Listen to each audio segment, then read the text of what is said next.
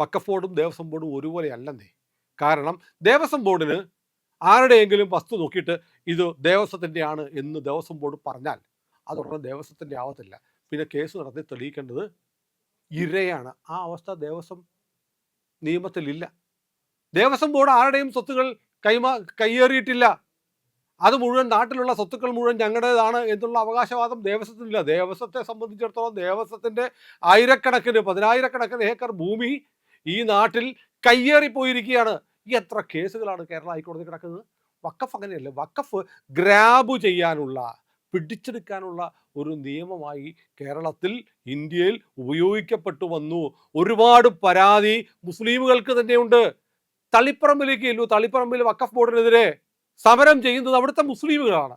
മുനമ്പത്ത് എന്നാൽ മുന്നിൽ ക്രിസ്ത്യാനികളാണ്, കൂടെ ഹിന്ദുക്കളും ഉണ്ട്. അപ്പോൾ വഖഫ് ബോർഡ് എന്ന് പറയുന്നത് ദേവസ്വം ബോർഡ് പോലെ അല്ല. അത് ഭൂമി പിടിച്ചെടുക്കാനുള്ള അധികാരമുണ്ടായിരുന്ന ബോർഡാണ് വഖഫ് ബോർഡ്.